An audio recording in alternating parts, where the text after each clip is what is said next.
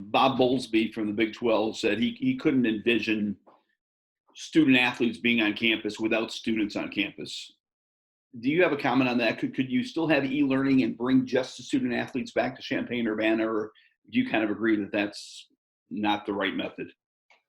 I tend to agree with Bob on a lot of things, but I think that in this case, we just have to be careful what we message. And if we're bringing student athletes back to campus, but not students, um, why are we doing that? Why do we have confidence that it would be safe and healthy for the student athletes to be here, but not the entire student body? And so my hope is that, and that's probably the decision that I'm paying most careful attention to is the decision from our university and other universities in terms of when to resume in-person instruction, and what that could look like. It could happen in a lot of different contingencies as well in terms of class density and trying to create distancing across campus. But hopefully at some point we're able to bring students back to campus and bring the student athletes right along with them. Thank you. Yeah. Nico, you're up to bat. Brett Barron. Josh, there's been obviously a lot of negative news every day. You know, it can kind of be hard to handle. What are some of the biggest positives that you've seen, maybe just in terms of, you know, whether it be the Illini community coming together or just our community here, or just kind of people being able to help each other and bring people up during this time?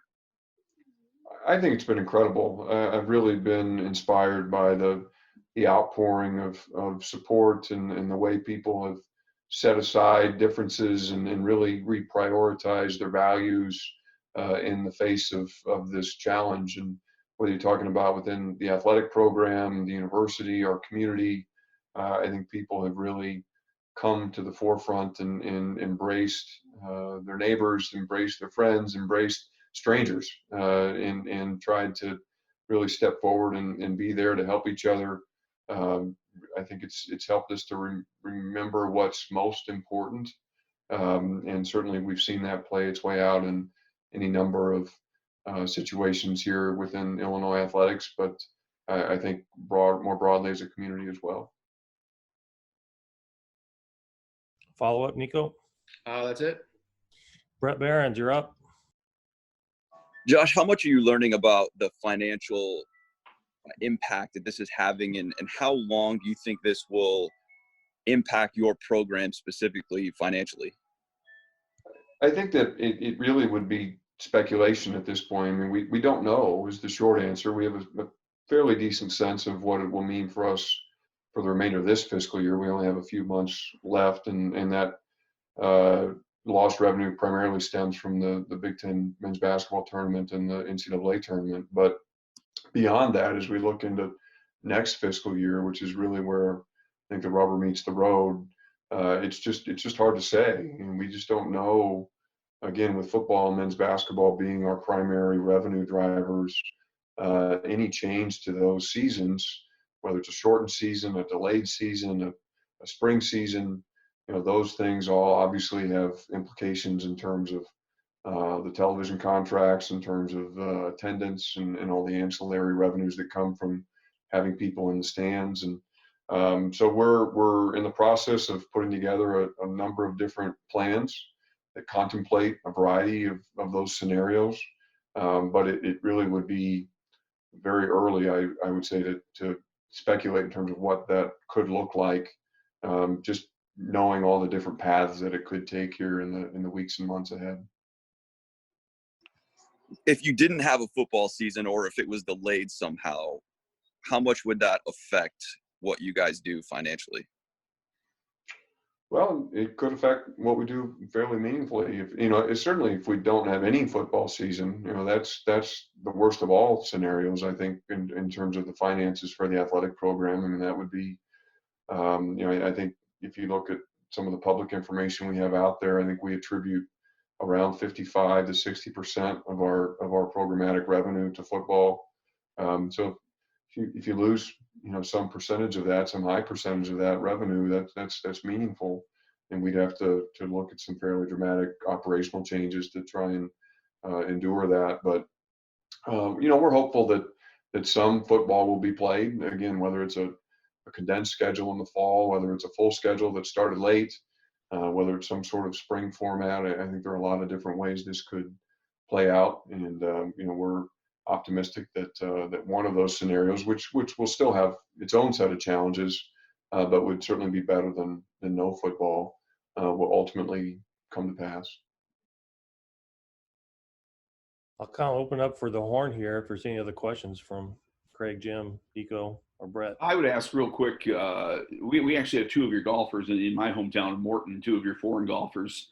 And are you telling, and when the semester's over, are you going to tell them to go back to their homes? Is there a fear of them getting a student visa and getting back? What are you telling your foreign athletes about going home? Well, we're encouraging all of them to make good decisions for their own safety and well-being, and we've been in touch. We don't have so many international student athletes that we need to talk to them as a collective group. We're able to work with them each individually and talk about where they're from and what the environment is in that place. And obviously the customs and immigration continues to change fairly regularly, and so we're trying to stay on top of that as well. And so we've left that largely to their discretion. Many of them have chosen to stay here in the States, and I would expect that they probably would remain here. Even at this point, there's nothing to hold them here academically. Whether the end of the semester really has no relevance in terms of where they physically need to be. And so I think that they'll just have to continue to monitor that. And a lot of them would ordinarily be here at this time of year anyway, and so I think they're just choosing to hunker down like the rest of us and kind of wait this out. Josh, a couple Illini have declared for the NBA draft, and Kofi and Io. Is that kind of bittersweet for you? Because obviously, you kind of want these guys to make it to the next level, but after such a special season ending the way it did, what was your kind of reaction to those two moments? Yeah, I obviously I think the world of Io and Kofi. I've gotten to know both of them well. I'm really excited for their future, and I really truly believe that for everybody involved, whether you're talking about those two young men or our basketball program at the University of Illinois, I see this as a win-win. I think that if they have the opportunity to go off and have successful professional careers, we're going to support them in that, whether that's now or later. They'll be a part of our Illini family forever, and we'll always be thankful for what they've done here. If they choose to come back, obviously I think they'd have a chance to come back and be hugely important members of what I think could be one of the best basketball teams in the history of our program. I think a team that could be preseason pick to win the Big Ten, and a team that could compete at a high level across the country. And so I think from their perspective, both of those scenarios sound pretty great. And then from the basketball program's perspective, if both of those young men choose to turn pro, I think that's a feather in the cap for Illinois basketball. We're creating professionals. We're a place where people come who want to be pro basketball players, and you need look no further than Kofi and Io as example A and example B, and that's great for Illinois basketball. Or vice versa, if they do choose to come back again, as I said, I think it obviously be fantastic for us to have a chance to compete at a very, very high level with those two gentlemen back in the orange and blue, and excited about what that could mean for this coming season. So bottom line, we're going to be there to support them, help them make a great decision. They'll be a part of our family forever. And no matter what decision they make, we will celebrate that. And I think it could be good for all involved, no matter the outcome. Josh, we've had two golfers say they're going to take advantage of that extra year of eligibility. Is that something you extended to everyone, I assume? And what were the parameters of that? We did. We had some extensive conversation around that internally, how we wanted to approach that. And the NCAA gave autonomy to each institution to make its own decisions. We felt like here at Illinois, it made the most sense for us to extend that invitation to all of our current spring sports seniors at the same level of financial aid that they received this year. And ultimately, I think we'll have about 15 student athletes from, I believe, 6 different sports who have indicated an interest in taking us up on that and returning next year.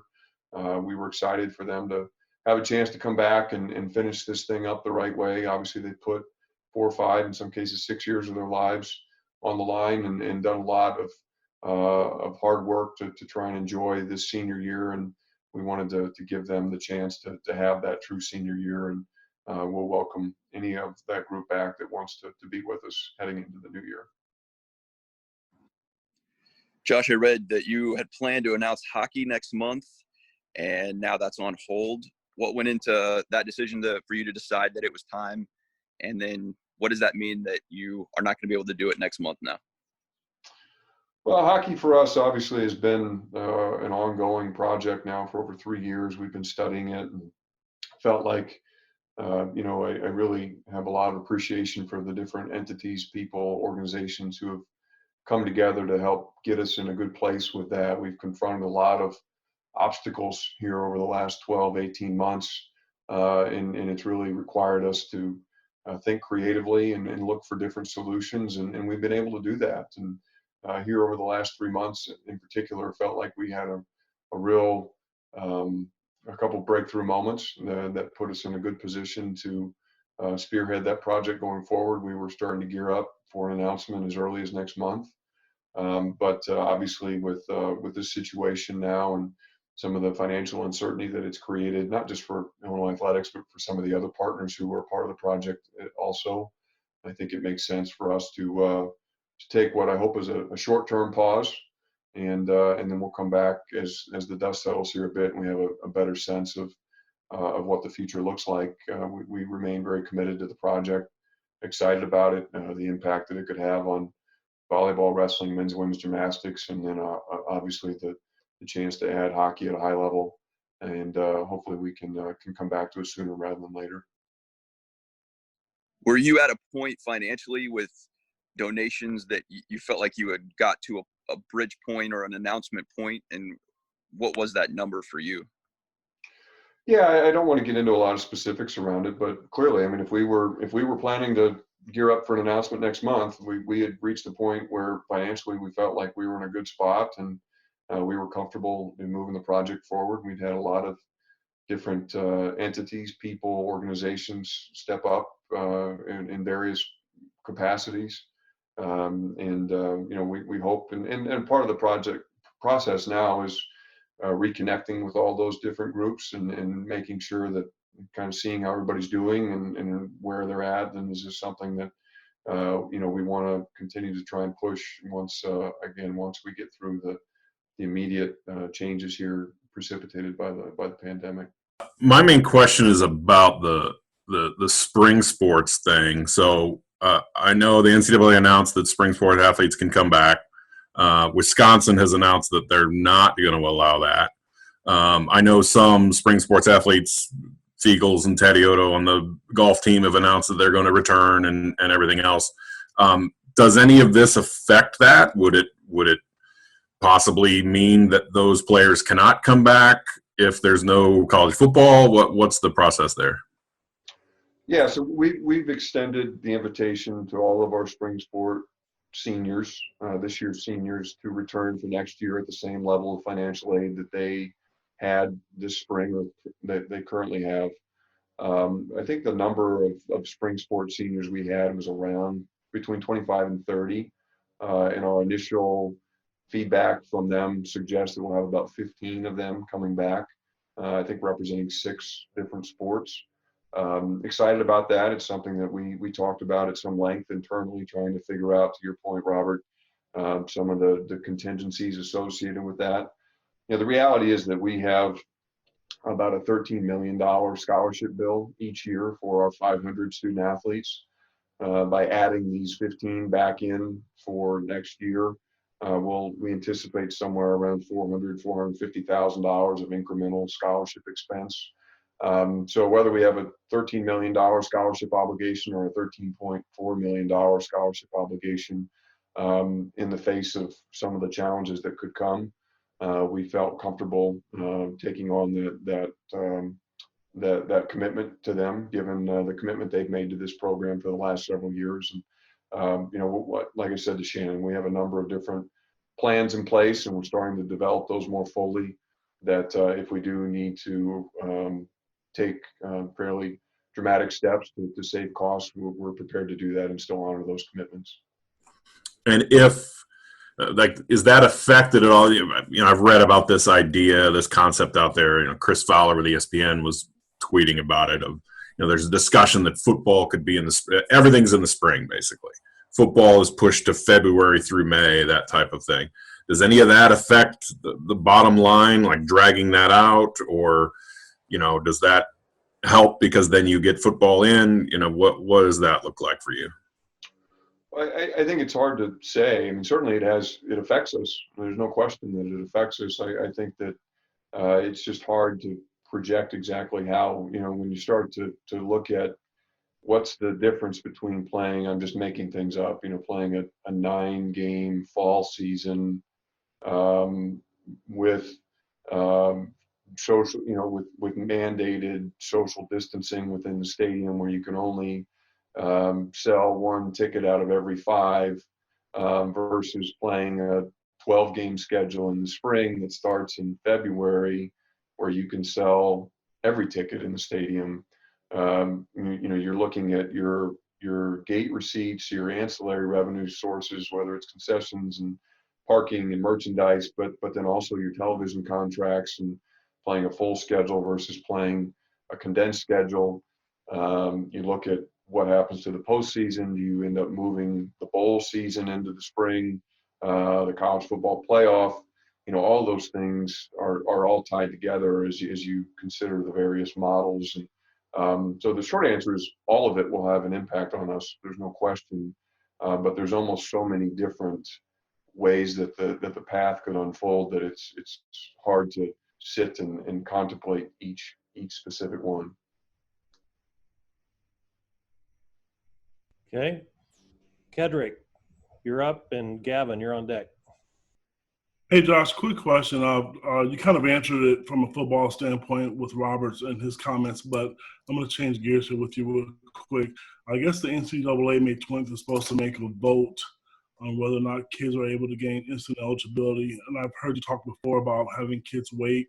What is your opinion on that, if kids are able to gain instant, eligibility right away with this coronavirus? Are you talking about through the transfer waiver process? Yes, sir. Yeah, I think, the one limitation I have there is I'm actually on the working group for the NCAA that's studying that issue and putting proposals forward for consideration. And so under NCAA policy, only the chair of that committee, who's John Steinbrecher, the commissioner of the Mid-American Conference, is really authorized to speak.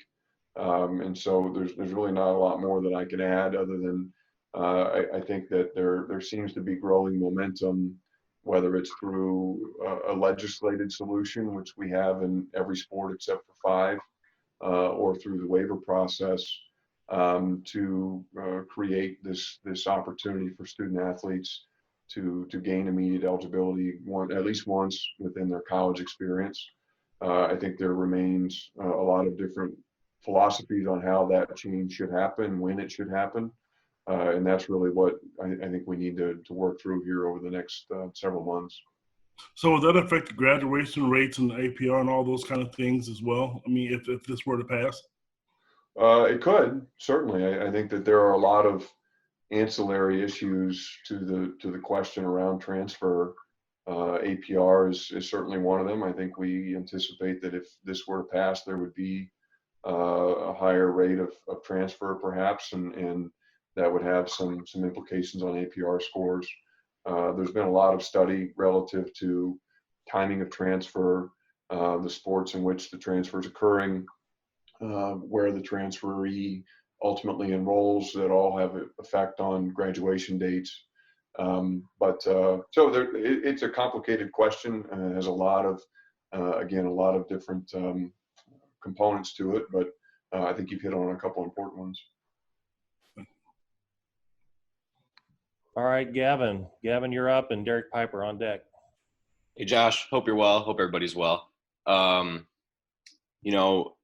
It seemed like Illinois was in a place before all this where, maybe a hockey program announcement was on the horizon, and it seemed like it was something that, was in the final stages of happening. Someone talked about how some schools are contemplating cutting certain Olympic sports. I'm just wondering how this affects all that and where that stands as of now.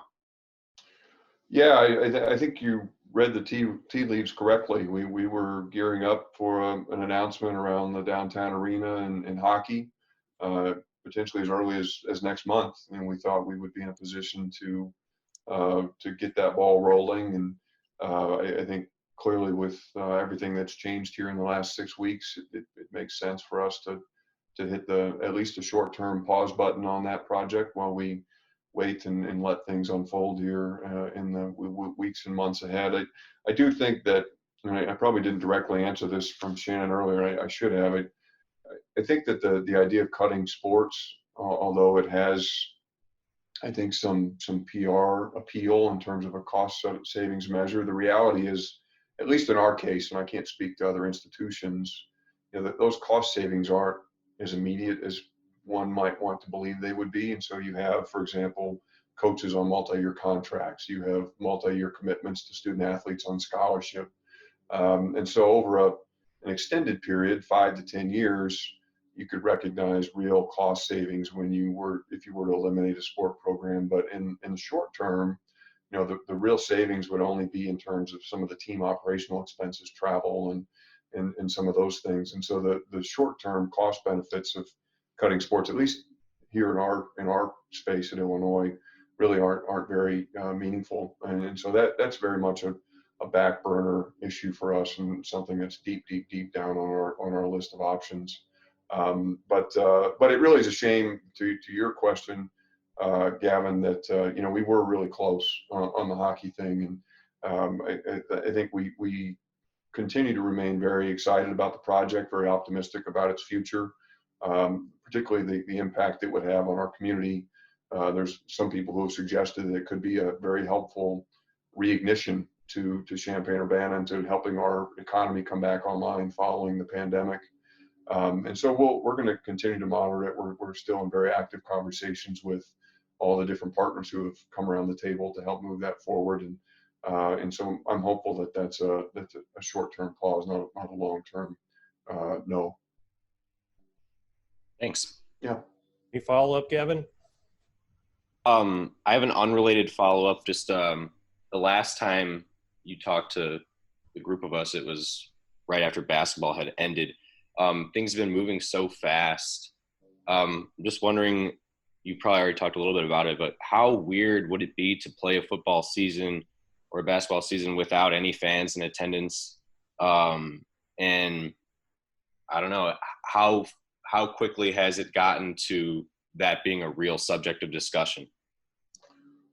Well, it'd be really weird. To answer your direct question, it would be incredibly strange. And I think that, I did a radio interview earlier, and I really think there's very few sports events that are so tied to fans and pageantry and tradition, particularly as college football, but college basketball as well. And from our perspective, I think we feel tremendous responsibility to be an economic driver for our community, for our state, and obviously the fans coming into the building have a major role in that. And so there are a lot of things to consider as we work through that. But again, a lot of that is going to be dictated to some large extent by the federal government, the state government, the local government, by the NCAA, the Big Ten, and by our university. And it's just unbelievably complicated when you start to sit back and think about all those different levels of governance trying to weigh in on public health and safety, and then you've got different jurisdictions, so to speak, coming online at different times. And so if one state within our Big Ten footprint is at a different place in terms of bringing people back together as opposed to another state, and that's just within the Big Ten. If you start to look at the national footprint, it gets even more complex. Those are all things that we're trying to navigate and bring to some consolidated and collaborated conclusion here in the weeks and months to come. All right, thanks, Gavin. Derek Piper up, Joey Wagner on deck. Josh, obviously recruiting has changed a lot here given the the current circumstances. I'm wondering what feedback you've gotten from coaches on how those efforts are going. I know a lot of virtual in-home visits, and also your opinion on for transfers, taking players that have never been to your campus, and just kind of how you're approaching that as the head of this whole thing. I think that, one of the things that's been really inspiring to me, I guess, during this entire situation is just I'm always amazed at the creativity and the ingenuity that people can show in the face of challenge and obstacle. And certainly it's hard to imagine a scenario in recent memory anyway that has created any obstacle of these of this magnitude. And so I've been really proud of the way our staff and our coaches in particular have developed all kinds of interesting and creative ways to go about their daily work. And to your point, Derek, on the recruiting side, there's been a lot of dialogue back and forth between our coaches from different sports about how they've approached recruiting in this virtual space. I think that in some ways it's, I know, like, from our perspective, it's allowed us to grow closer together as a staff in some weird way, even though we haven't seen each other in weeks. And I think you're seeing some of that happen in the recruiting space as well. You're actually able to spend more time together, albeit not in person, and hopefully build even stronger bonds through some adversity, which I think is part of the human experience. And so that's been kind of uplifting to see. I think that there are some elevated risks, I guess, to your second question. We're not able to spend as much time in person with someone. You mentioned the transfer environment. But I have a lot of faith in our coaches that they're going to continue to do their due diligence and strong background on people who we invite to be a part of our family here, and excited to welcome anybody who's passed through that test with our coaches with open arms, and have great confidence that they'll be very meaningful contributors to our efforts during the years ahead. Derek, any follow up? With basketball specifically, when it comes to recruiting, obviously part of the other side is players with their professional aspirations. Would you like to see the NBA or the NCAA push back the date as far as decision making? And with basketball in particular, how are you approaching maybe having to fill a roster spot while still having guys who may or may not come back? Yeah, I think those are probably both better questions for Coach Underwood. But I think in general, I really see the situation with Io and Kofi as a win-win for everybody involved. And the reasons are a few. I think from their perspective, we are going to be there to help and support them no matter what they choose. If they choose to go become professionals, then we're going to be there to help them for the rest of their careers, and we hope they have long and successful careers. If they choose to come back, then I think we all understand that they'd have the opportunity to be two of the most influential, successful, transformative players in our program's history. And I think we'd be one of the preseason favorites to win not only the conference, but to compete at a very high level across the country. And so in that vein, I think it's a win-win for them as student athletes and as potential professionals. I think it's also a win-win for our program. I think if Kofi and Io decide to turn pro, then it helps continue to advance our reputation as a basketball program that creates professional basketball players. It's a feather in our cap to have two young men have such success here on our campus that they have that opportunity.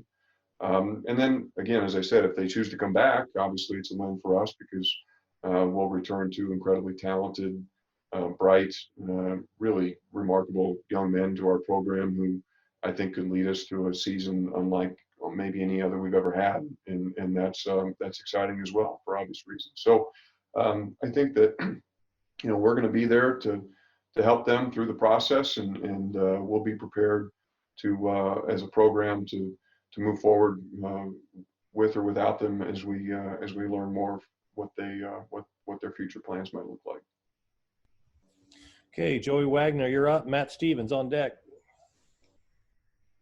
Josh, you mentioned there are so many things on the table, and whether it be football to the spring or no fans, and this thing is changing so rapidly. How do you guys? I know you said you have a group of people you discuss things with. Are there challenges with that, with this changing literally day to day and different ideas being on the table so often? How do you guys approach that as a collective group?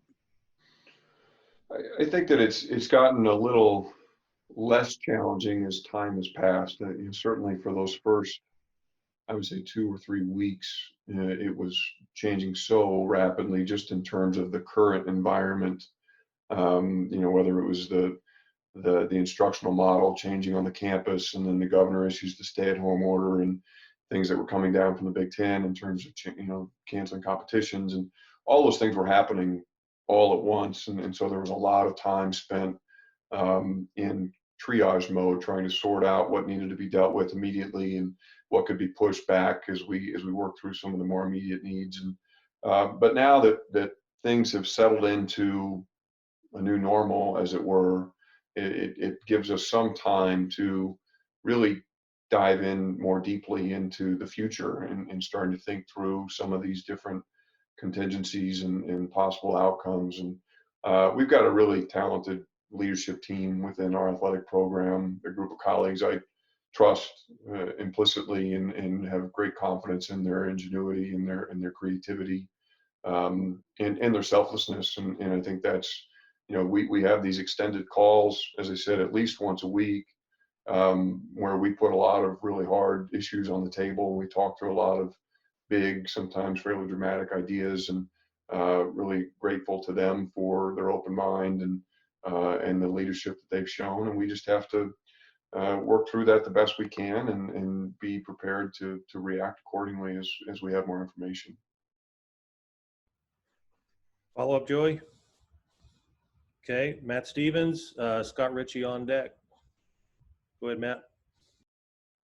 Josh, how concerned are you about this being an incremental rollout state by state, and how much are you talking to state officials about what that could possibly mean for the state of Illinois and for the University of Illinois, and when it could possibly become a red state, blue state issue on how many states are opening up their operations, how many schools are opening up their operations, Illinois not being left behind, how much of that is a concern and a discussion point? I would probably reframe it a little bit. I certainly don't think about it in terms of a red state, blue state issue. I don't think about it in terms of an Illinois getting left behind issue. To me, it's just about the health of college sports and the practical realities of trying to resume college sports.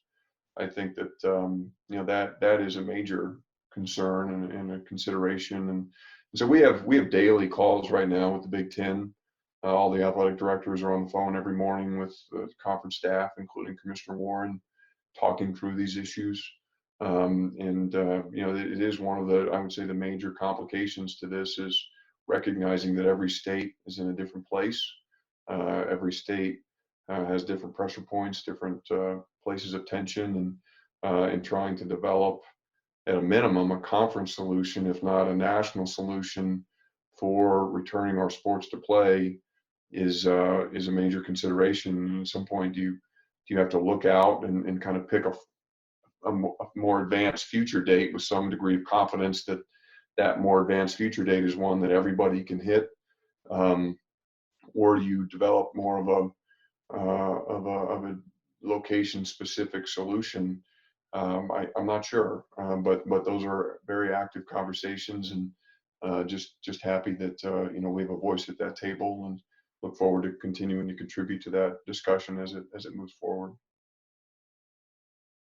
My only follow-up, Josh, would be, at that point, were you encouraged by the call among the conference commissioners with Vice President Mike Pence, in the sense that it seems like there is a national consensus that if students aren't back on campus, neither will student athletes? Sure. I wasn't, of course, on the call myself, but just Right. The things that I've heard from it did give me some confidence that I think people are putting their priorities in the right places. I think that having our student athletes on campus without our student body here would be odd, and potentially a little of an inversion of our priorities. I think that hopefully if it's healthy enough for our student athletes to be here, hopefully it means it's healthy enough for all of our students to be here.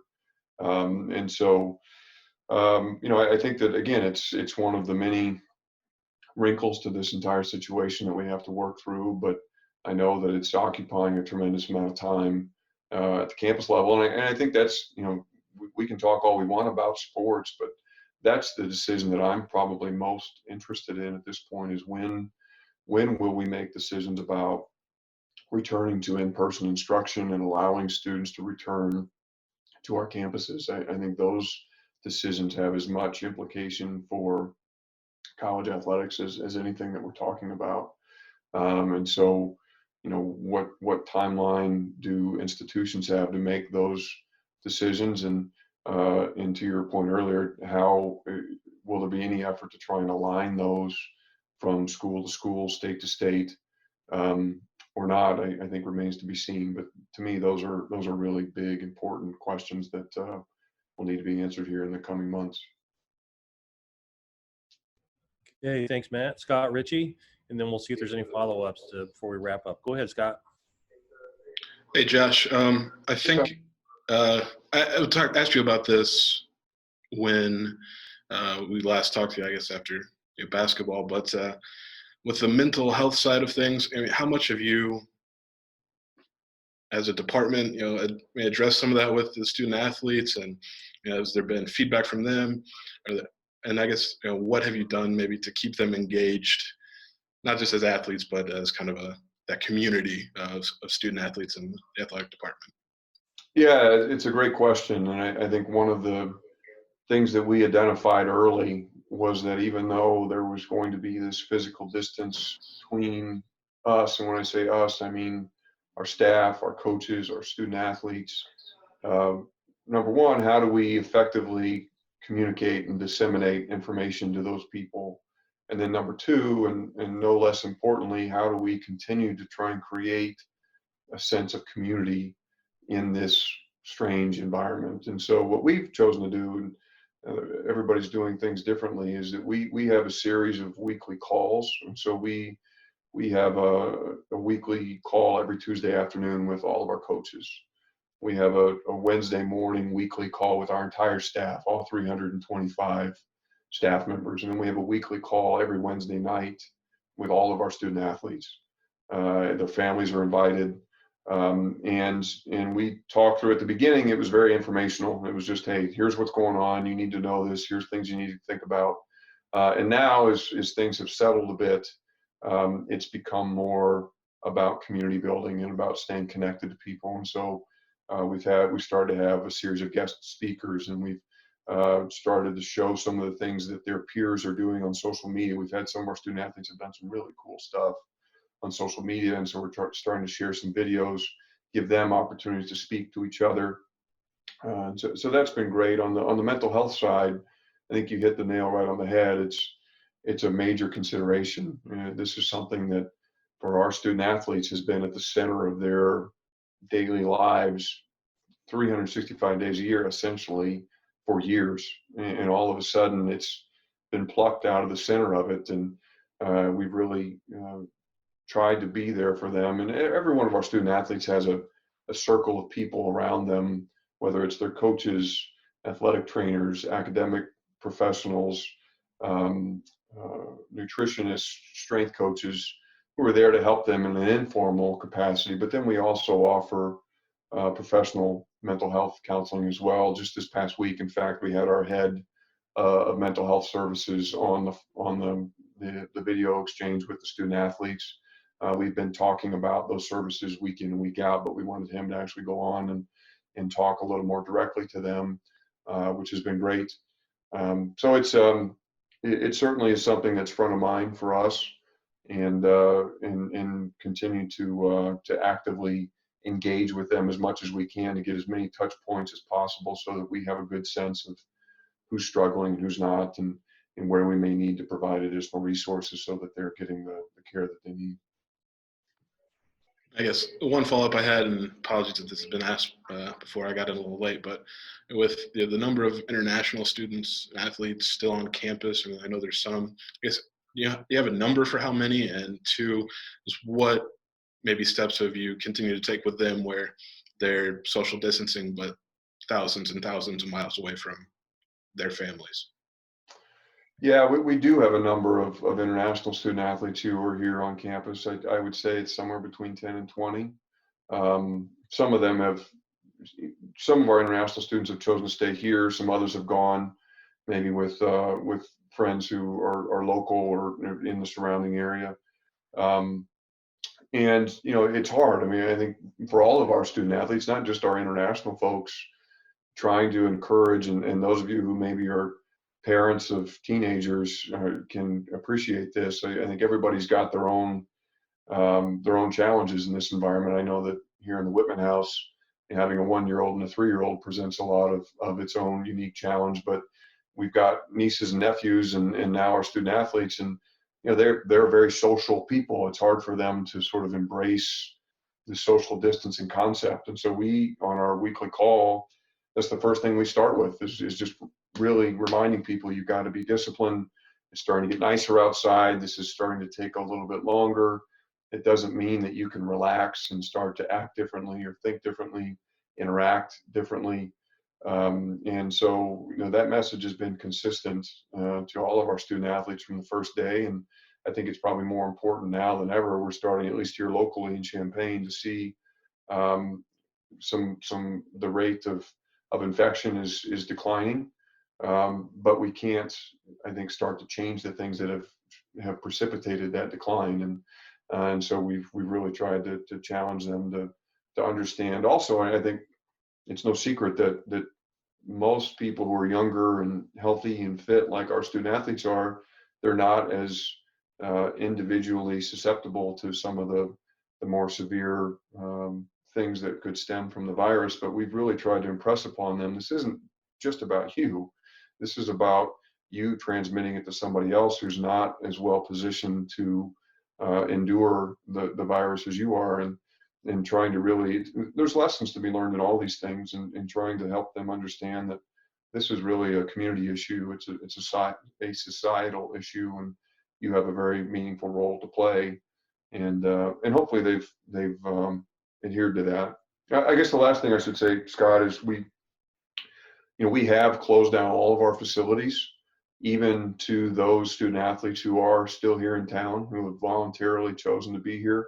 We still are not making our gyms, our weight rooms, they're all locked down and unavailable for any student to use. That was a hard philosophical decision to make, but one that we made at the outset of this situation, because we knew that if we did open the doors even just a crack, that it would create incentive for our student athletes who are all motivated and driven to come back to Champaign from wherever they are. And right now, everything we're hearing is it's wiser for them to stay and be in their permanent homes. And as things relax, then we'll have a chance to bring them back. But for now, we didn't want to give them any ancillary incentives to make a decision that maybe deviates from the community health guidance that we're receiving.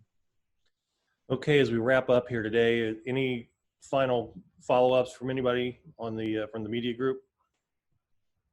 Go ahead, Shannon. On the hockey front, could you offer any more specifics just on how the progress you had made up to this point? That you said you were about a month away from making an announcement. So I don't know what specifics you can mention as far as the progress you made and just how close, what if there were deals in place, how do you pause those? Yeah, we were, I mean, we had been, again, I think everybody knows we've been working through this now for over 3 years. And the same thing that's kind of happened with the virus in terms of confronting obstacles and coming up with creative solutions.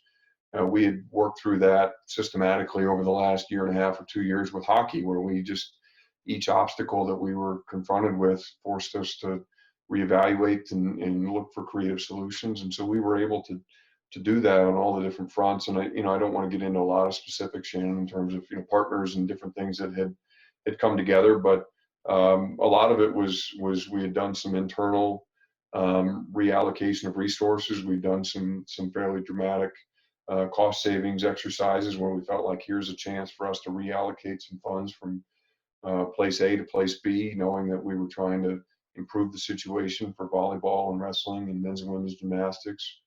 And then we had some other key partners, I think, come into line here in the last several months that gave us a lot of confidence that we were going to be able to move this forward.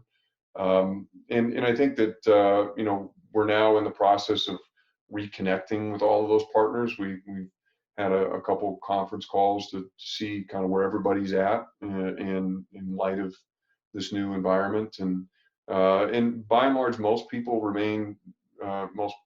organizations remain very comfortable with this new situation. But I think everybody understands and respects. And there are a couple other entities that are also kind of seeing how this is going to play out in terms of their own financial picture. And so I think it just has made it evident that it was wisest for all of us to take a short pause here and make sure that each of the different entities remains committed and capable of the support necessary to get it done. All right, everybody. Thank you, Josh. Thank you for your time with this group.